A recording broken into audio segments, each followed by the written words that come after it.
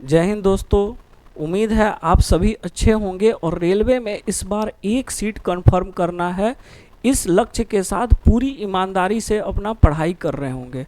तो दोस्तों, इंतज़ार की घड़ी समाप्त हो चुकी है और आज से हम लोग रेलवे एग्ज़ाम को टारगेट करते हुए, विशेषतः रेलवे ग्रुप डी और एनटीपीसी को टारगेट करते हुए रीजनिंग का कंप्लीट बैच, आप इसे फाउंडेशन बैच बोलो या टारगेट बैच बोलो, मेरे नज़र में ये श्योर सिलेक्शन बैच होगा, क्योंकि इस बैच में हमारा टारगेट होगा कि कैसे आपको फुल में फुल मार्क्स दिलाया जाए।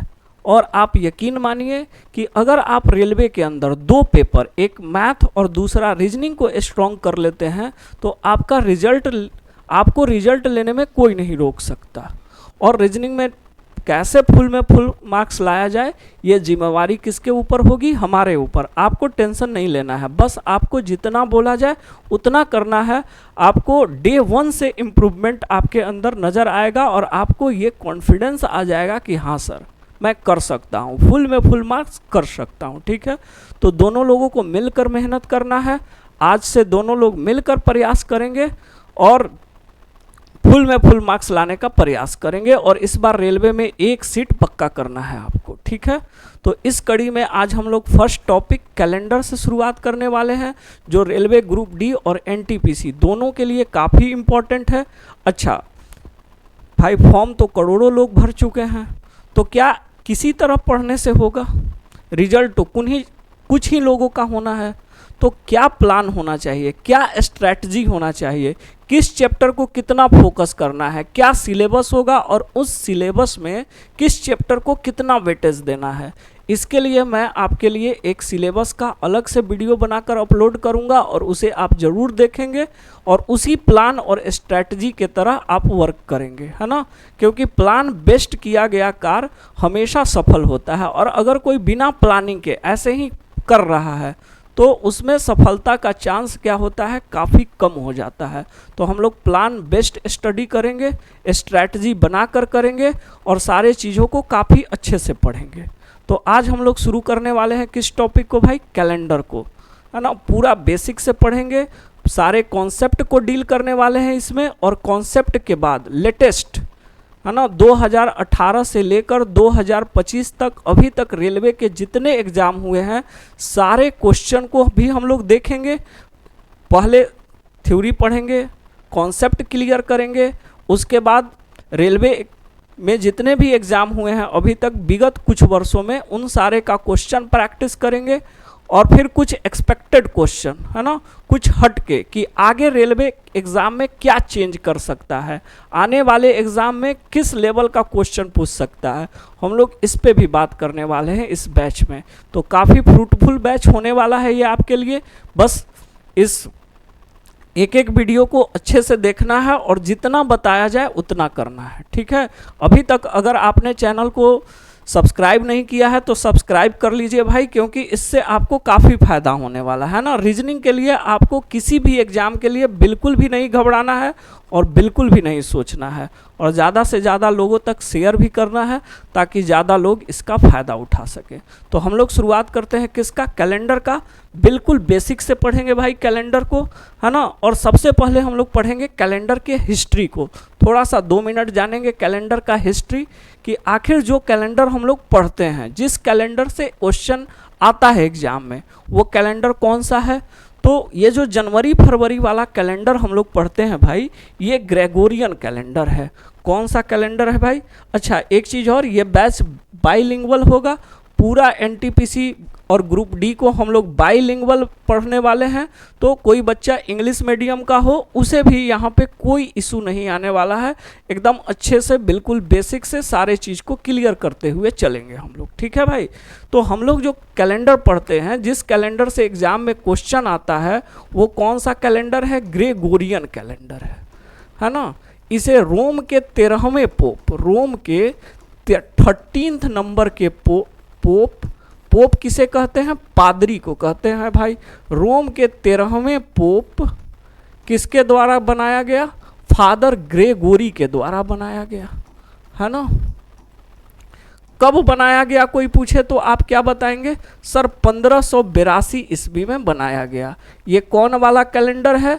ये वही कैलेंडर है जिससे हमारे एग्जाम में क्वेश्चन आता है, यानी ये जनवरी फरवरी वाला कैलेंडर है भाई। ठीक है, कोई पूछे इसके पहले कौन सा कैलेंडर, तो बोलेंगे इसके पहले जूलियन कैलेंडर यूज होता था। तो आखिर ऐसा क्या जरूरत आन पड़ी कि जूलियन कैलेंडर को रिप्लेस कर आज पूरा विश्व ग्रेगोरियन कैलेंडर को फॉलो करता है? तो बोलेंगे जूलियन कैलेंडर जो था उसने, है ना, इसके पहले जो हमारा जूलियन कैलेंडर अस्तित्व में था, ये जो जूलियन कैलेंडर है भाई, इसने क्या किया, तो लीप ईयर के कॉन्सेप्ट को, लीप ईयर के कॉन्सेप्ट को डील नहीं किया, है ना, लीप ईयर के कॉन्सेप्ट को डील नहीं किया। ठीक है, और इसी बात का फायदा किसने उठाया? ग्रेगोरी ने उठाया। क्लियर है? तो और हम लोग 1582 से कौन सा कैलेंडर यूज करने लगे? Gregorian calendar. ग्रेगोरियन कैलेंडर कोई पूछे कैसा कैलेंडर है, तो आप सबको पता है कि ग्रेगोरियन कैलेंडर जो है वो सोलर कैलेंडर है, सूर्य पर आधारित है ना। ये कैसा कैलेंडर है भाई? तो ग्रेगोरियन कैलेंडर जो है वो सोलर कैलेंडर है, जिसमें एक साल बराबर कितना दिन होता है? तो एक साल बराबर होता है 365 दिन। 1 ईयर इक्वल टू कितना डे होता है? तो 365 डेज होता है। और 1 ईयर इक्वल टू कितना महीना होता है? तो 1 ईयर इक्वल टू होता है 12 महीना, है ना। साथ ही आपको ये भी पता है कि सर हर चौथा साल जो होगा, एवरी 4 ईयर जो होगा, वो कितने दिन का होगा? तो 366 डेज का होगा। 366, एवरी 4 ईयर जो होगा वो 366 डेज का होगा, जिसे हम क्या बोलेंगे? तो जिसे हम लीप ईयर बोलेंगे, अधिवर्ष बोलेंगे। ठीक है, तो ये हो गई कैलेंडर का कुछ हिस्ट्री। ठीक है, अब कैलेंडर के क्वेश्चन को बनाने के लिए हमें क्या पता होना चाहिए? तो हमें सारे महीनों का दिन याद होना चाहिए, हमें लीप वर्ष का कॉन्सेप्ट पता होना चाहिए। ठीक है, तो हम लोग एक एक करके सारे कॉन्सेप्ट को डील करेंगे। ये सारा आपका यहाँ पे जो पीडीएफ मिलेगा, है ना, पीडीएफ के लिए आपको हमारा टेलीग्राम चैनल ज्वाइन करना होगा, उसके बारे में भी मैं बता दूंगा। और डिस्क्रिप्शन में आपको सारे चीज़ों का लिंक भी मिल जाएगा, टेलीग्राम का, व्हाट्सएप का, सारे का लिंक मिल जाएगा। ठीक है, इसमें सारा चीज़ अच्छे से लिखा हुआ है कि हम लोग किस कैलेंडर को यूज करते हैं और किसके बदले यूज करते हैं, और जो हमारा ग्रेगोरियन कैलेंडर है वो कितने दिन का होता है ना। अब हम लोग आते हैं बेसिक पे आते हैं भाई। और बेसिक में हमें सबसे पहले समझना है लीप वर्ष को। किसको समझना है? लीप वर्ष को। अब लीप वर्ष का डिफिनेशन क्या देंगे भाई? तो लीप ईयर हम उस वर्ष को बोलते हैं जिसका फरवरी कितने दिन का हो जाए, तो 28 दिन के जगह पे फरवरी कितने दिन का हो जाए? 29 दिन का हो जाए, 29 डेज का हो जाए, या जिसमें एक साल बराबर हो जाए कितने दिनों के? 366 दिन के। तो हम उसको क्या बोलेंगे मेरे भाई? हम उसको बोलेंगे लीप वर्ष, है ना। क्लियर? और कोई बोले ये लीप वर्ष कितने साल पे आता है, तो हम बोलेंगे प्रत्येक 4 वर्ष पे। ये लीप वर्ष कितने साल पे आता है? तो प्रत्येक 4 वर्ष पे। अब कोई यदि बिगनर है ना, क्योंकि सबके लिए काम करना है भाई, कोई ऐसा भी बच्चा होगा जो ग्रुप डी का फॉर्म भर दिया होगा और वो एकदम अभी तक रीजनिंग पढ़ा भी नहीं होगा, तो ये जो प्रत्येक 4 वर्ष पे लीप ईयर आता है, ये बच्चे को कैसे समझ में आएगा? क्या आपको ये तो नहीं लग रहा है कि किसी भी साल के 4 साल बाद लीप वर्ष आ जाएगा? ऐसा नहीं है, है ना। अगर आप ऐसा सोच रहे हैं कि प्रत्येक 4 वर्ष का मतलब अभी 2025 चल रहा है, तो 2025 के 4 साल बाद 2029 लीप ईयर होगा, तो बिल्कुल ऐसा नहीं है ना। अच्छा, यदि किसी का कैलेंडर पढ़ा हुआ है तो वो भी इसको रिवाइज करेंगे। अगर आपको लग रहा है स्पीड थोड़ा सर स्लो पढ़ा रहे हैं, तो आप थोड़ा स्पीड बढ़ा के देख लेंगे, क्योंकि ज़्यादा फास्ट पढ़ाएंगे तो जो बिगनर है उसको समझ में नहीं आएगा। तो काम ऐसा करना है जिसमें सबका फायदा हो ना। जिनका पढ़ा हुआ है उनको रिवीजन करना है तो वो 1.5x 2x में देख लेंगे, है ना। और अगर बहुत ज़्यादा स्लो या बहुत ज़्यादा फास्ट स्पीड लग रहा है तो आप अपना सुझाव कमेंट बॉक्स में लिखेंगे, हम उसके अकॉर्डिंग अगले वीडियो से भाई काम करेंगे। ठीक है, चलिए, है ना। तो प्रत्येक 4 वर्ष पे आता है, तो क्या 2025 के 4 साल बाद 2029 लीप ईयर होगा? बिल्कुल नहीं होगा भाई। लीप ईयर हर 4 साल पे आता है, लेकिन उसी वर्ष के 4 साल बाद लीप वर्ष आएगा जो पहले से एक लीप ईयर हो, है ना। जैसे अभी 2025 चल रहा है, तो क्या 2025 लीप वर्ष है? आप बोलेंगे नहीं है। कैसे पता चला, है ना। तो आगे आप पढ़ेंगे कि वैसा साल जो 4 से कट जाए, है ना। 2025 को अगर हम 4 से भाग दें और ये 4 से पूरी पूरी कट जाता, तो हम बोलते ये लीप वर्ष होगा। और अगर ये 4 से पूरा पूरा नहीं कटेगा तो हम बोलेंगे ये लीप वर्ष नहीं होगा। तो भाई 2000 के जस्ट पहले वाला लीप ईयर कौन होगा? तो आप बोलेंगे सर 2024 होगा। अगर एक पता चल गया कि 2024 लीप वर्ष है, तो फिर इसके 4 साल पहले और 4 साल बाद जो भी वर्ष होगा वो सारा क्या होगा? लीप वर्ष होगा, है ना। 4 साल आगे जाए तो 2024 के आगे 2028, फिर 2028 के आगे 2032, फिर 2036, ऐसे चलते रहेगा भाई। और पीछे जाए तो 2020, 2016, है ना। कहने का मतलब क्या हुआ कि किसी भी वर्ष के 4 साल बाद लीप ईयर नहीं आएगा। लीप ईयर उसी वर्ष के 4 साल बाद आएगा जो खुद से एक क्या हो? लीप वर्ष हो। ठीक है भाई। और एक लीप वर्ष पता चल गया तो उसमें 4 घटाते जाइए या 4 बढ़ाते जाइए, वो हमेशा एक लीप वर्ष होगा। उम्मीद है आपको ये समझ में आएगा। लेकिन कहानी इतने पे ख़त्म नहीं होती है, कहानी तो यहाँ से शुरू होती है। ठीक है, क्योंकि हम लोग लीप वर्ष को ना 2 पार्ट में बांटते हैं, एक जनरल लीप वर्ष और एक सेंचुरी लीप वर्ष। ठीक है भाई। और सेंचुरी लीप वर्ष को समझने के लिए हमको समझना पड़ेगा सेंचुरी ईयर। क्या बोल रहे हैं सर, कुछ समझ में नहीं आ रहा है भाई, थोड़ा सा इंतजार कीजिए, 5 मिनट में सब क्लियर करा दूंगा। ठीक है। तो सेंचुरी ईयर क्या होगा भाई? तो बोलेंगे सेंचुरी ईयर वैसे ईयर को कहेंगे जो 100 का गुणज हो या जो 100 से क्या हो? विभाज्य हो। जो 100 का गुणज हो या जो 100 से विभाज्य हो, जो 100 का मल्टीपल हो या जो 100 से डिविजिबल हो, है ना, वो क्या कहलाएगा? सेंचुरी ईयर कहलाएगा। ठीक है। तो हम बोलेंगे क्या 2025 सेंचुरी ईयर होगा? आप बोलिएगा ना ना बिल्कुल नहीं होगा। 2025 सेंचुरी ईयर कैसे होगा सर? तो कौन होगा भाई?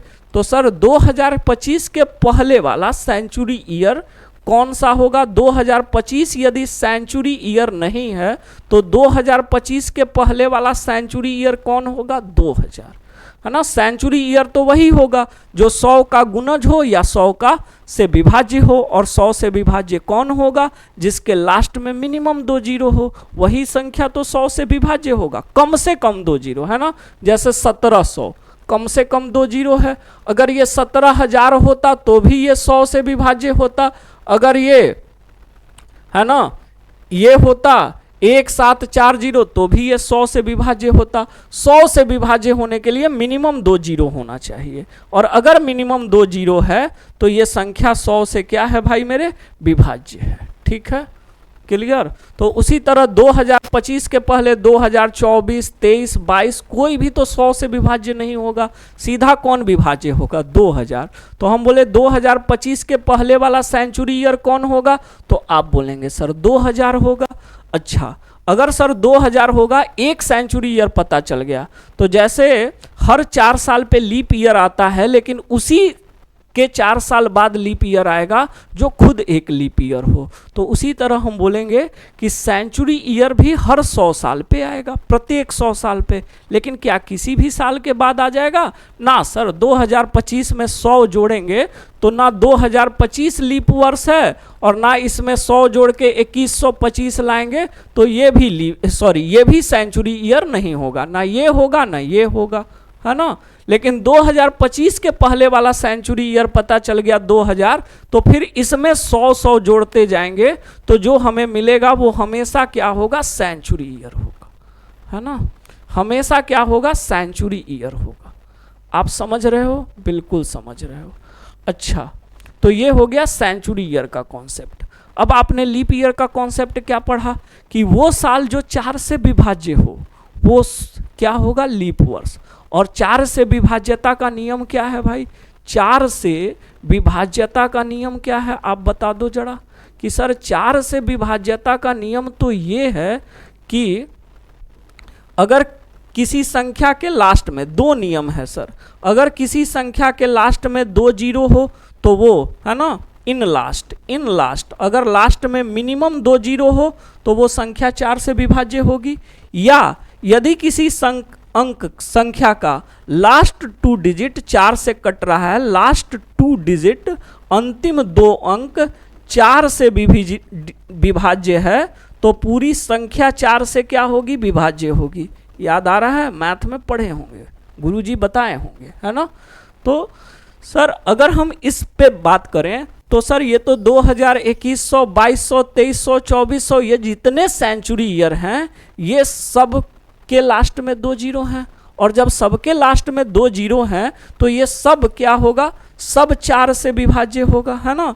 2000, 2100, 2200, 2300, 2400 सर ये तो सब 4 से विभाज्य होगा, ये भी होगा, ये भी होगा, ये भी होगा, सब 4 से विभाज्य होगा, क्योंकि 4 से विभाज्यता का नियम ही है कि अंतिम 2 अंक लास्ट का 2 डिजिट अगर 0 होगा तो पूरी संख्या 4 से विभाज्य होगी। लेकिन सर इसमें सारा लीप ईयर नहीं है ना, इसमें सारा लीप ईयर नहीं है। ये 2000 आपका लीप ईयर है, 2100 नहीं है, 2200 नहीं है, 2300 नहीं है, फिर 2400 है, फिर 2500 नहीं है, 2600 नहीं है, 2700 नहीं है, 2800 है सर ये क्या माजरा है ना। तो इसके पीछे एक लंबी कहानी है, कभी इत्मीनान से आपको समझाया जाएगा, ठीक है। बस अभी इतना समझो कि ये जो सेंचुरी ईयर वाला मैटर है ना, ये 4 से विभाज्य करने पे लीप ईयर होगा कि नहीं पता चलेगा। कि सारे सेंचुरी ईयर 4 से विभाज्य हैं, लेकिन सारे सेंचुरी ईयर मेरे भाई लीप ईयर बिल्कुल नहीं होते हैं, ठीक है। आप देख रहे हैं 2000 के बाद अगला सेंचुरी लीप ईयर कब मिल रहा है, 400 साल बाद 2400 में, और 2400 के बाद अगला सेंचुरी ईयर कब मिल रहा है, 400 साल बाद 2800 में। अच्छा ऐसा है भाई, ठीक है, 400 साल पे आ रहा है, ठीक ना। तो अब ये कैसे पता चलेगा कि कौन सा सेंचुरी ईयर लीप ईयर है और कौन सा नहीं है। तो भाई इसको पता करने के लिए ना 4 से भाग ही मत दो, कौन सा सेंचुरी ईयर लीप ईयर है और कौन सा नहीं है, ये पता करने के लिए आपको 4 से भाग नहीं देना है, आपको 400 से भाग देना है। जो 400 से कटेगा वो होगा, और जो 400 से नहीं कटेगा वो लीप ईयर नहीं होगा भाई, नहीं होगा, है ना। जो 400 से कटेगा वो लीप ईयर होगा। इसका मतलब सर लीप ईयर तो 2 पार्ट में बट गया, एक सेंचुरी ईयर वाला जिसको 4 से भाग न दे के 400 से भाग देना है, और एक सेंचुरी ईयर को छोड़ के कुछ भी रहेगा तो उसमें हमको 4 से भाग देना होगा। हम बोलेंगे बिल्कुल सही पकड़ रहे हो, बिल्कुल सही समझ रहे हैं आप लोग, है ना। हम लोग लीप ईयर को कितने पार्ट में बांटेंगे भाई, 2 पार्ट में। एक सेंचुरी ईयर,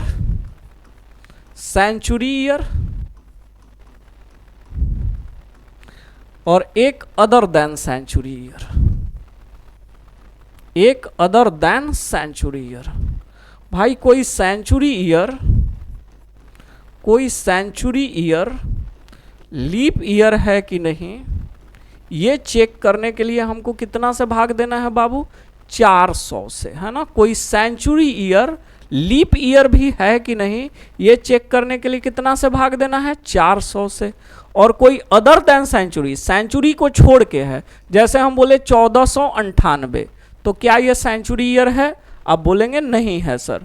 तो ये लीप ईयर है कि नहीं, इसको चेक करने के लिए कितना से भाग देना होगा, बिल्कुल सही 4 से। लेकिन हम पूछे ना 3300, क्या ये सेंचुरी ईयर है, आप बोलेंगे हाँ सर, लास्ट में 2 जीरो है तो सेंचुरी ईयर है। और जब सेंचुरी ईयर है तो ये लीप ईयर है कि नहीं, ये चेक करने के लिए कितना से भाग देना होगा, 400 से। कट जाएगा तो होगा, नहीं कटेगा तो नहीं होगा, है ना।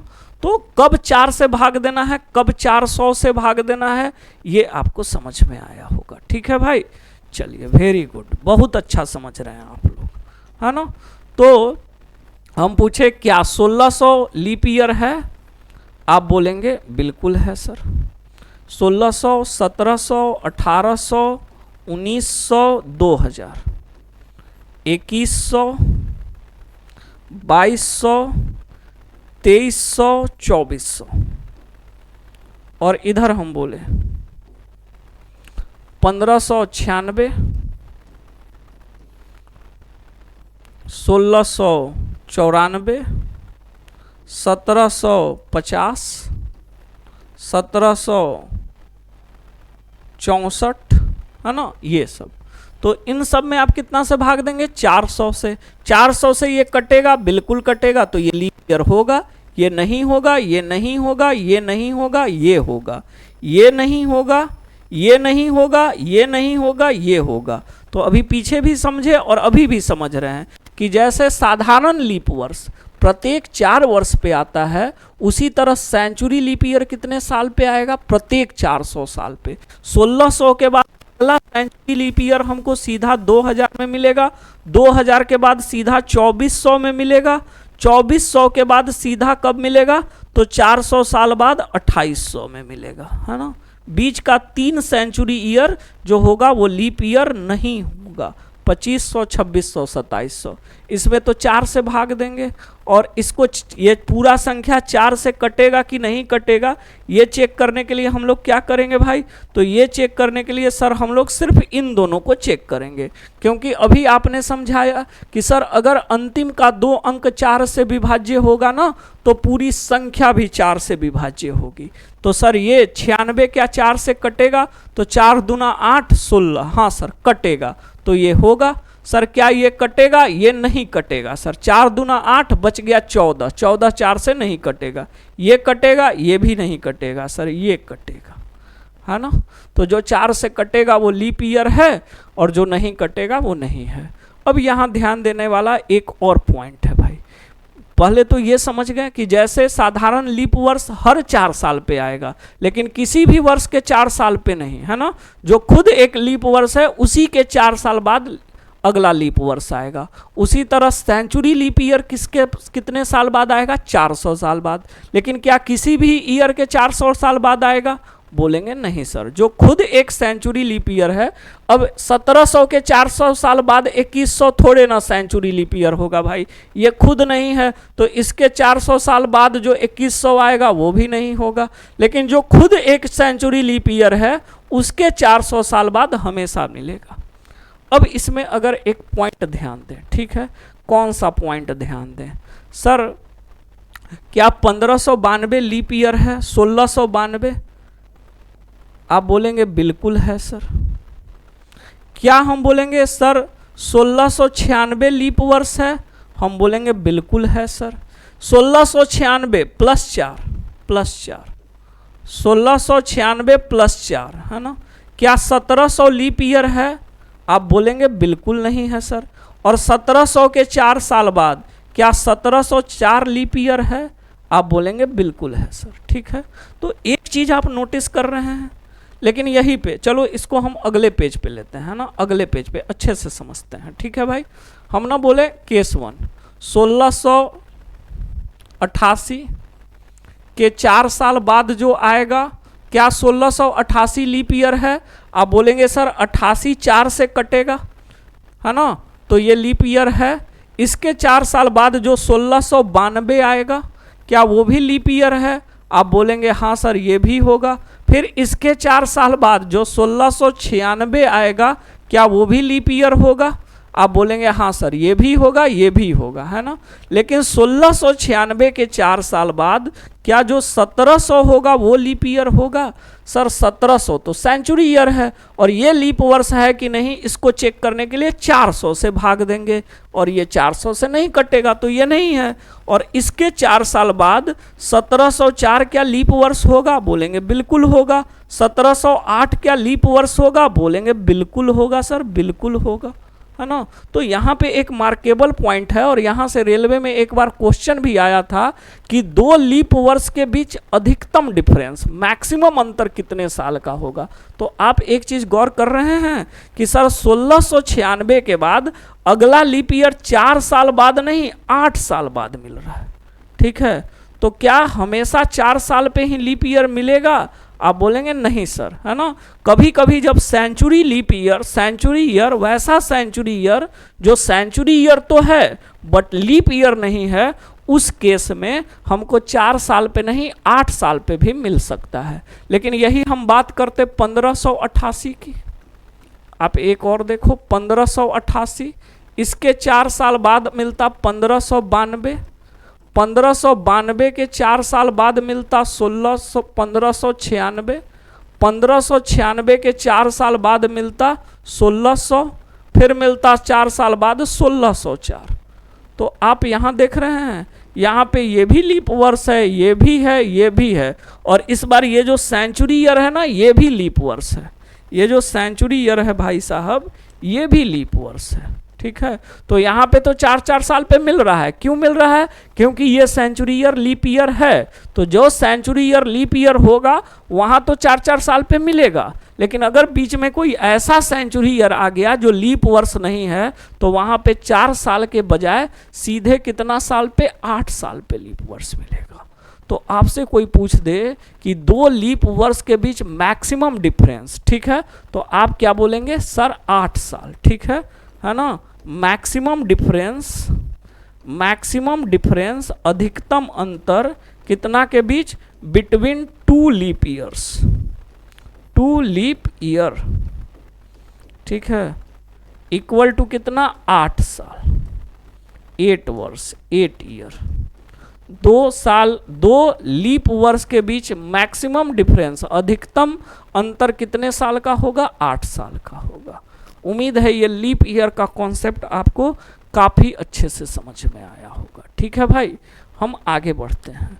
आगे बढ़ें तो ये वही लिखा हुआ है, ठीक है भाई, कि अदर देन सेंचुरी ईयर में 4 से भाग देना है, और सेंचुरी ईयर में कितना से भाग देना है? 400 से भाग देना है, ठीक है।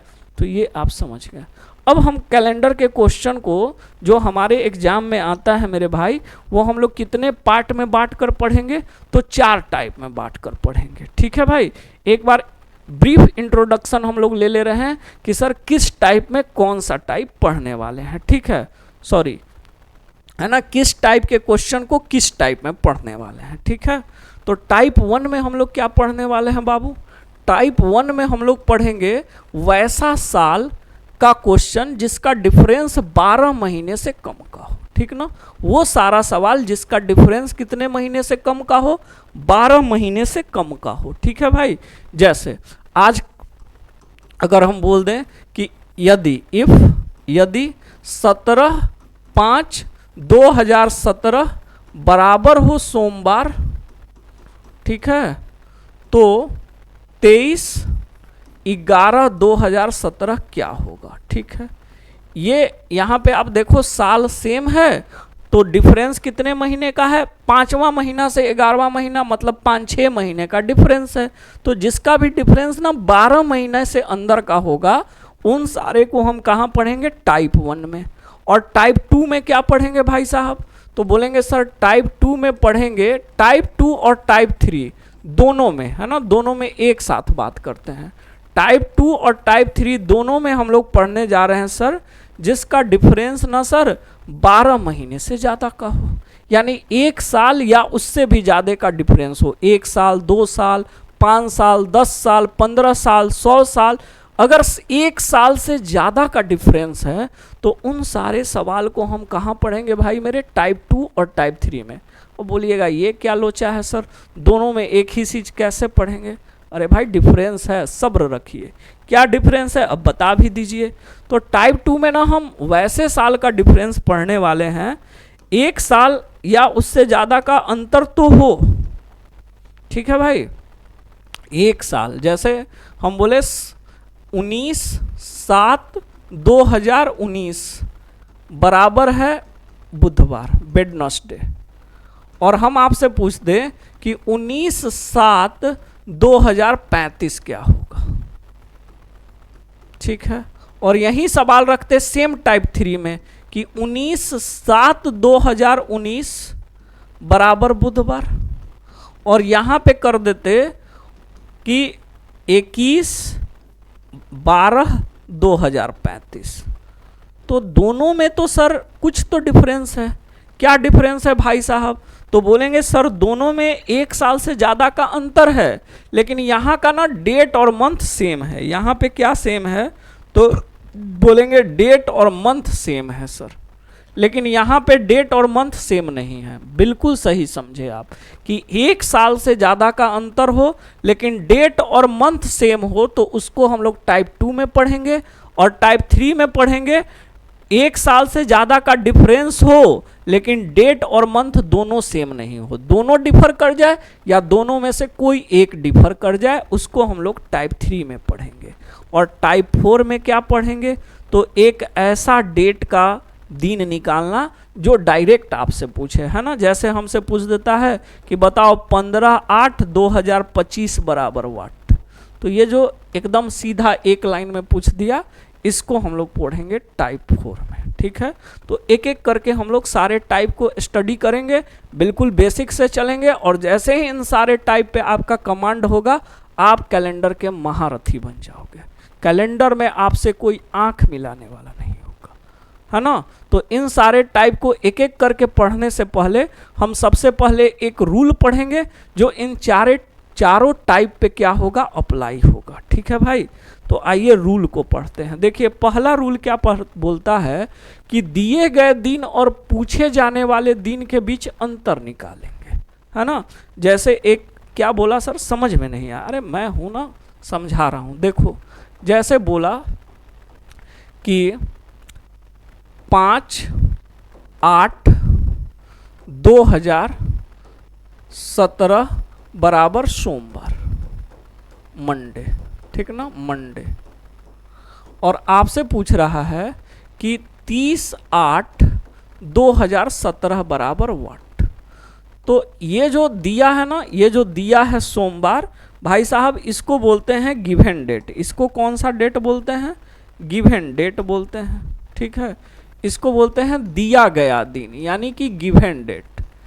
और इसको क्या बोलेंगे भाई? इसको बोलेंगे आस्किंग डेट, पूछा गया दिन। ठीक है, आस्किंग डेट, पूछा जाने वाला दिन। ठीक है, तो रूल 1 क्या कहता है कि ये जो दिया गया दिन है और ये जो पूछा गया दिन है, इन दोनों के बीच कितने दिन का अंतर है ये निकालो। आप भी देख रहे हैं कि सर ये 8वां महीना और 2017 सेम है। तो 8वें महीने यानी अगस्त के 5 तारीख से अगस्त के 30 तारीख तक चलेंगे तो कितने दिन का अंतर होगा? तो हम बोलेंगे सर 25 दिन का अंतर होगा। यही तो निकालना है कि 5 अगस्त से लेकर 30 अगस्त के बीच में कुल कितने दिन होंगे, कुल कितने दिन होंगे। यही बोल रहा है रूल नंबर 1 में कि दिया गया दिन और पूछे जाने वाले दिन के बीच अंतर निकालिए। ठीक है, रूल 2 बोलता है कि जो डिफरेंस आएगा उसको 7 से भाग दीजिए। पूछे 7 से ही क्यों भाग देंगे? तो क्योंकि सप्ताह में 7 दिन होते हैं, क्योंकि हर 7वां दिन क्या होता है भाई? सेम होता है। ठीक ना, हर 7वां दिन सेम होता है।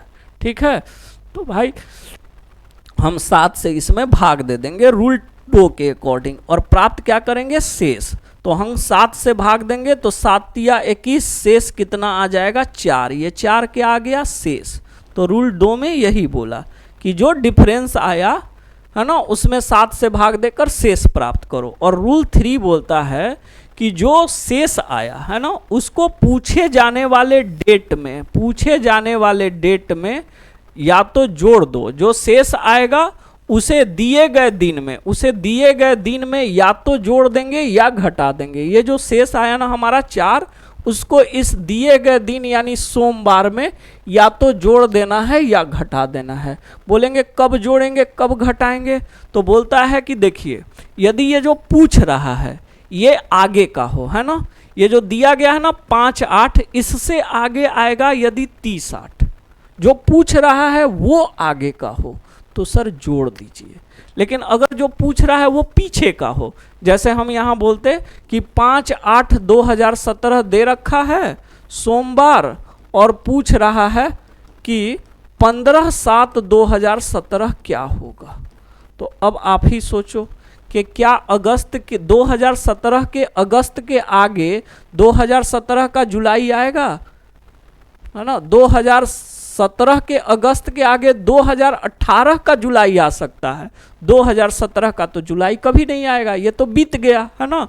तो ये जो पूछ रहा है ना, ये पीछे का है, किससे, इससे। तो इसमें क्या करना होगा, घटाएंगे। क्यों, क्योंकि ये बैक डेट है, पीछे का डेट है। और जब ये जो पूछ रहा है वो आगे का हो तो क्या कर देंगे भाई, जोड़ देंगे। यहाँ पे बच्चे ना हड़बड़ में ज़्यादा गलती कर देते हैं, है ना। जोड़ना हो घटा देते हैं, घटाना हो जोड़ देते हैं। घटाना हो तो जोड़ते तो नहीं हैं, लेकिन सॉरी, जोड़ना हो तो घटाते तो नहीं हैं, लेकिन घटाना हो तो जोड़ जरूर देते हैं, ठीक है। तो एकदम सावधानी से काम करना है, सावधानी हटी दुर्घटना घटी, इस बात का ध्यान रखेंगे, ठीक है भाई। तो ये रूल था भाई, समझ गए। डिफरेंस निकालो, डिफरेंस में 7 से भाग दो, शेष प्राप्त करो। जो रिमाइंडर यानी कि जो शेष आएगा उसको इस दिन में या तो जोड़ दो या घटा दो। कब जोड़ेंगे, जब ये पूछ रहा है ये आगे का है तो जोड़ देंगे, जब ये पूछ रहा है ये पीछे का हो तो क्या कर देंगे, घटा देंगे, ठीक है भाई। चलिए आगे बढ़ते हैं, ठीक ना, आगे बढ़ते। अब एक सवाल लेते हैं हम लोग, ठीक है, कि यदि 15/3/2015 शुक्रवार हो तो 19/9/2015 क्या होगा, ठीक है भाई। तो इस सवाल को हम कैसे सॉल्व करेंगे, तो हम ना इस टाइप 1 को भी 2 पार्ट में बांटेंगे, क्योंकि यहाँ पे आपने 2 चीज़ देखा है। एक जब आगे का पूछेगा तो जोड़ेंगे, और एक जब पीछे का पूछेगा तो घटाएंगे। तो हम दोनों को अलग अलग केस वाइज बांट के पढ़ेंगे। एक केस, पहला केस में पढ़ेंगे जब आगे वाला पूछे, और दूसरा केस में पढ़ेंगे जब पीछे वाला पूछे।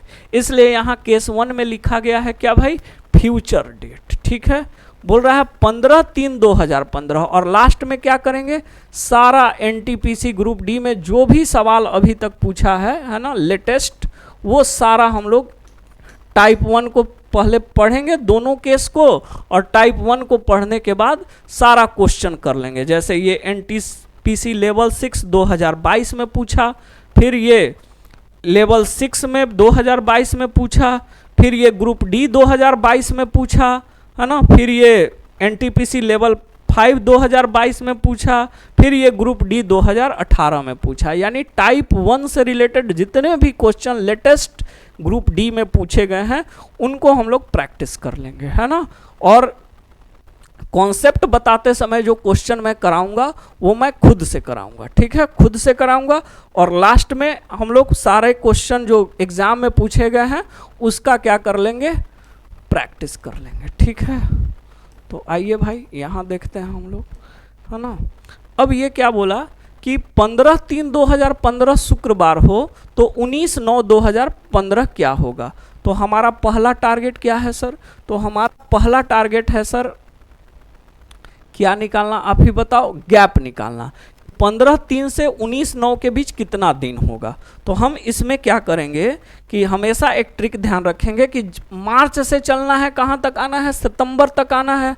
तो हम ना जिस महीने से चलते हैं, ठीक है, जिस महीने से चलते हैं उसमें जितना दिन हो चुका है उसको पहले हटा देंगे भाई। ये 15, क्योंकि आप ही सोचो कि जब आप मार्च से जाओगे तो पहला एक दिन कब काउंट करोगे, 16 तारीख को, 2 दिन काउंट करोगे 17 तारीख को, है ना। तो ये 16 से दिन काउंट शुरू होगा। तो हम इसको क्या करेंगे कि मार्च होता कितने दिन का है, 31 दिन का। अब सर ये भी तो याद नहीं है किसी किसी को कि कौन सा किन दिन, कौन सा महीना कितने दिन का होगा। तो आप ऐसे याद रखेंगे कि सर ऊपर से फरवरी तो सबको याद होगा 28-29 दिन का। आप याद रखेंगे कि सर ऊपर से 1 से 6 में 2 महीना, कौन कौन सा सर, तो आप याद रखेंगे 1 अप्रैल और 1 जून, है ना। चौथा महीना और छठा महीना, ध्यान से सुनेंगे, ऊपर से 2 कौन कौन, चौथा छठा अप्रैल जून, और नीचे से 2 कौन कौन सर, 9वां 11वां सितंबर और नवंबर, ठीक है।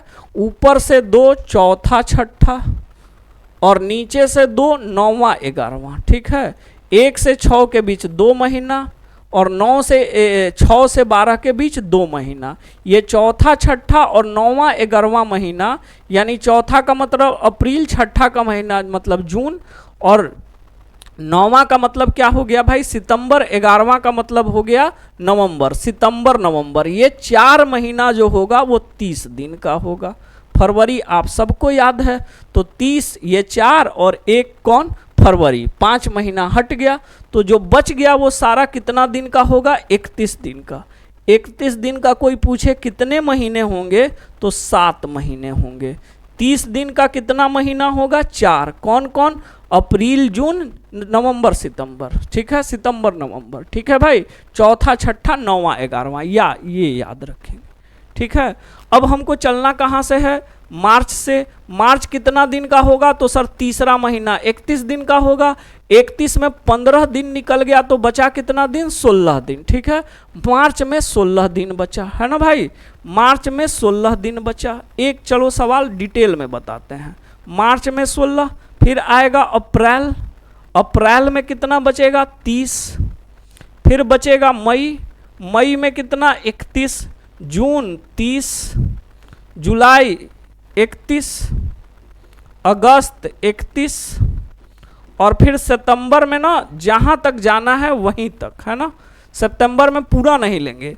अगर हमको सितंबर में 19 तक जाना है तो सितंबर में 19 तक ही लेंगे, है ना, ये गैप आ गया। अब इस गैप को क्या करना है, 7 से भाग देना है।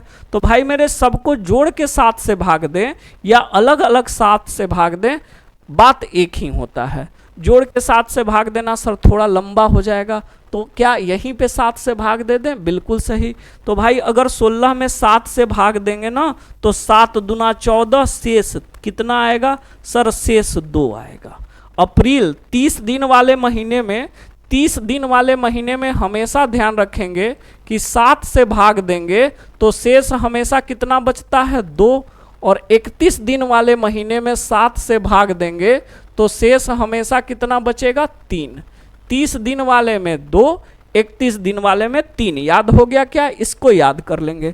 तो ये 30 दिन का महीना है, शेष 2, 31 दिन वाले में 3, 31 दिन वाले में 3, 30 दिन वाले में 2, 31 दिन वाले में 3, 31 दिन वाले में 3, और फिर ये 19 में 7 से भाग देंगे, 7 दूना 14, अब बचेगा कितना 5, ठीक है।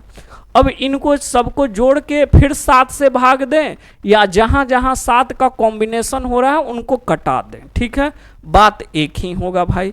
तो यहाँ देखो 2 2 4 3 7 खत्म, 2 5 2 7 खत्म, फाइनल शेष कितना बचा 6 बचा। अब आप बोलेंगे सर एग्जाम में इतना टाइम कहाँ है, क्या इतना लिखेंगे, बिल्कुल नहीं लिखेंगे। तो एग्जाम में हम क्या करेंगे ना, इस स्टेप को गायब कर देंगे। इतना लिखेंगे ना भाई तो एग्जाम पास नहीं करेंगे, तो एग्जाम में हम क्या करेंगे, इसको गायब कर देंगे और डायरेक्ट हम यहाँ पे आएंगे। बोलिएगा कैसे, एक बार समझाइए फिर से। तो देखिए एग्जाम मेथड, एग्जाम में ना हम सीधा करेंगे। कैसे करेंगे, आपको बस ये ध्यान रखना है कि 30 दिन वाले महीने में शेष कितना 2 और 31 दिन वाले महीने में शेष कितना 3। अब हम शुरुआत कहाँ से करेंगे, मार्च से। मार्च में क्या बताया सर ने, सर 15 दिन खत्म तो 15 को हटाइए, 31 में से 15 गया, बचा कितना 16, और 16 में सर 7 से भाग देंगे, 7 दूना 14, 2 शेष बच जाएगा, डायरेक्ट 2 लिखेंगे, ये सब कुछ नहीं, ठीक है। मार्च के बाद आएगा अप्रैल 30 दिन का, 30 दिन वाले में 2 शेष, अप्रैल के बाद मई 31 दिन का 3 शेष, मई के बाद जून, जून 30 दिन का 2 शेष, जून के बाद जुलाई 31 दिन का 3 शेष, अगस्त 31 दिन का 3 शेष, और सितंबर 30 दिन का 2 मत लिख दीजिएगा भाई, क्योंकि सितंबर में 19 तक ही रहना है। जिस महीने से चल रहे हैं उसमें और जिस महीने में रुकना है दोनों में सावधानी बरतिएगा। जिसमें चल रहे हैं उसमें जितना दिन खत्म उसको हटा के दे लेना है, और जहां रुकना है उसमें वहीं तक लेना है जहां तक रुकना है। तो 7 दूना 14, इसमें 5, ठीक है। 2 2 4 3 7 खत्म, 5 2 7 खत्म, फाइनल शेष यहाँ भी 6 बच गया। अब इस 6 को यहाँ जोड़ दे कि घटा दे, अरे सर जो पूछ रहा है ना, जो पूछ रहा है वो आगे का पूछ रहा है, तो सर फ्राइडे में 6 जोड़ना पड़ेगा। अब सर इसमें भी तो टाइम लग जाएगा ना, फ्राइडे में 6 जोड़ेंगे, सैटरडे, संडे, मंडे, क्या उसका भी कोई ट्रिक है आपके पास? अरे बिल्कुल है ना। उसका क्या ट्रिक है ये समझिए, ठीक है। हाँ, फ्राइडे में 6 जोड़ने का मतलब 1 घटाना होता है भाई, और फ्राइडे में 6 जोड़िए या 1 घटाइए, दोनों सेम बात है, दोनों सेम बात है। क्या सर समझ में नहीं आया? 2 सेकंड इंतजार कीजिए, समझा रहे हैं, ठीक है। और सेम बात है तो फ्राइडे में 6 जोड़े या 1 घटाएं, बात वही होगा। तो सर फ्राइडे में 1 घटाना आसान है, 1 घटाएंगे बृहस्पतिवार, यानी कि थर्सडे आंसर हो जाएगा, ठीक है। तो अब पहले इसको क्लियर करते हैं, ये उम्मीद है आपको समझ में आया होगा, है ना। डायरेक्ट हम एग्जाम में ऐसे करेंगे, इसको करने का कोई ज़रूरत नहीं, ये सब टाइम टेकन है भाई, एग्जाम पास नहीं कर पाएंगे इतना करेंगे तो, है ना। अब इसका ट्रिक बता दीजिए। तो इसका भाई 2 ट्रिक है अपने पास। एक तो आपको सप्ताह के दिन का कोड याद रखना होगा, ठीक है। तो आइए पहले इसको देख लेते हैं। सप्ताह के दिन का कोड क्या होगा? सोमवार का कोड 1, मंगलवार ट्यूसडे का कोड 2, बुधवार का कोड कितना 3, गुरुवार यानी थर्सडे यानी बृहस्पतिवार का कोड 4, शुक्रवार का कोड 5, शनिवार का 6 और रविवार का कोड 7 या 0। ये याद कर लेना है आपको, ठीक है। उम्मीद है आप में से बहुतों को याद भी होगा, लेकिन जो फ्रेशर बच्चे हैं वो याद कर लेंगे, ठीक है भाई। चलते हैं आगे, चलते हैं, ठीक है। अब आपने बताया कि वो वाला लॉजिक बताइए, है ना। तो आप देखो इसके पीछे हमारा क्या सोच है, क्या सोच है? ये सोच है भाई कि आप सीधा समझो ऐसे कि यहाँ से यहाँ कितना स्टेप है मेरे भाई? 4 स्टेप है। अगर कोई बंदा यहाँ से चलना शुरू करता है और 3 स्टेप चल के यहाँ पे पहुँचता है, ठीक है। तो अगर उसने 3 स्टेप क्लॉकवाइज लिया है तो टोटल स्टेप कितना था? 4। 4 में 3 स्टेप ले लिया तो बचा कितना? 1 स्टेप, है ना। 3 स्टेप ले लिया, बचा 1 स्टेप। अब आप ही सोचो कि बचा हुआ 1 स्टेप यदि कोई बंदा अपोजिट डायरेक्शन में यानी एंटी क्लॉकवाइज में चल दे तो क्या दोनों एक ही प्लेस पे नहीं पहुंचेगा? आप बोलेंगे बिल्कुल पहुंचेगा। एक और समझिए, यहाँ पे कोई बोले कितना स्टेप है तो आप बोलेंगे सर 8 स्टेप है टोटल। टोटल 1 2 3 4 5 6 7 8। अब किसी बंदे ने यहाँ से चलना शुरू किया और 5 स्टेप चला, भाई 5 चला तो बचा कितना? अरे सर 8 में 5 चला तो बचा कितना? 3। अच्छा ये चला है प्लस डायरेक्शन यानी क्लॉकवाइज में, तो बचा हुआ 3 अगर कोई अपोजिट यानी कि माइनस डायरेक्शन में चल दे तो क्या दोनों सेम प्लेस पे पहुंचेंगे? आप बोलेंगे बिल्कुल पहुंचेंगे। तो सर क्या उसी का यूज यहाँ कर लिया जाए? कैसे? अरे सर हमारे पास दिन है 7 और 7 में कोई 6 स्टेप पॉजिटिव चल दिया है तो बच गया कितना? अरे सर 7 में 6 चल दिया तो बच गया 1। अब बचा हुआ 1 स्टेप कोई अपोजिट डायरेक्शन यानी निगेटिव चल दे तो क्या दोनों सेम पहुंचेगा? आप बोलेंगे बिल्कुल पहुंचेगा। कैसे जरा करके देखिए। सोमवार में 6 जोड़ेंगे तो 1 जोड़ेंगे मंगल, 2 बुध, 3 बृहस्पति, 4 शुक्र, 5 शनि और 6 जोड़ेंगे तो रविवार, है ना। यानी सोमवार में 6 जोड़ेंगे तो रविवार आएगा। और कोई 6 ना जोड़ के 1 घटा दे तो सोमवार में 1 घटाएगा तो भी तो रविवार आएगा। अरे सर बहुत मस्त कॉन्सेप्ट है ये तो। 6 जोड़ने के जगह पे 1 घटा देंगे, हाँ सर रविवार आ जाएगा। अच्छा सर अगला हम खुद बनाएंगे। कैसे बनाएंगे? सर स्टेप है टोटल 7 में किसी बंदे ने 4 स्टेप चला है निगेटिव। अच्छा 7 में 4 चल दिया सर तो बचा कितना? 3। अच्छा सर ये निगेटिव डायरेक्शन में चला है तो इसको अपोजिट करना होगा, निगेटिव का उल्टा पॉजिटिव। हाँ सर 7 में -4 ना करके हम फ्राइडे में -4 करें या +3 करें, बात एक ही होगा, है ना, एक ही होगा, है ना। और फ्राइडे में 3 जोड़ेंगे तो हो जाएगा सर कितना? सैटरडे संडे मंडे, तो एक ये हो गया सर मंडे। अच्छा सर इसका मतलब यहाँ -5 है तो +2 कर दें, बिल्कुल। और बुधवार में 2 जोड़ेंगे तो हो जाएगा सर शुक्रवार फ्राइडे। ये तो समझ में आ गया सर। अब आपने बोला था 2, दूसरा बता दीजिए। तो दूसरा हम क्या करेंगे? कोड का यूज। कैसे करेंगे? अरे सर बुधवार का कोड होता है 3 3 में 2 जोड़ना है, तो 3 2 कितना 5, अब 5 यानी कि फ्राइडे। शुक्रवार का कोड कितना है 5, अब 5 में 4 घटाएंगे तो कितना हो जाएगा सर 1 यानी कि मंडे।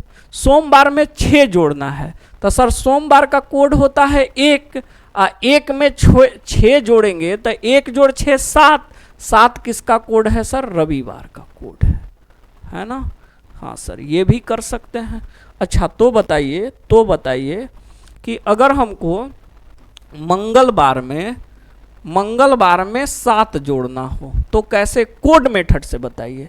तो हम बोलेंगे सर देखिए मंगलवार का कोड है 2 और 2 में 7 जोड़ेंगे तो आ जाएगा 9 जो 7 से ज़्यादा है, तो 7 से ज़्यादा है तो इसमें 7 से भाग दे के फिर शेष निकाल लेंगे कितना 2, है ना, तो मंगल का मंगल ही रह जाएगा। ठीक है, ऐसे भी मंगलवार में 7 जोड़ेंगे तो मंगल ही तो रहेगा।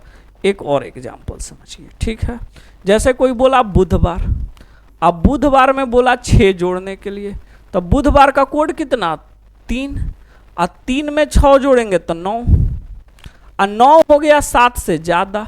ठीक है, तो 9 अगर 7 से ज़्यादा हो गया तो फिर 7 से भाग दे के फाइनल शेष 2, और 2 यानी कि क्या मंगलवार। तो एक ये यूज कर सकते हैं।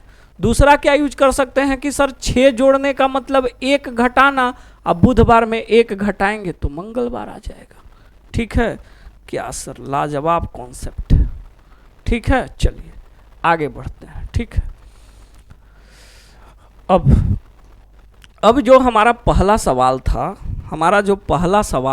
ठीक है, पहला सवाल था कि 15/3/2015 दिया था और 19/9/2015 पूछ रहा था। ठीक है ना,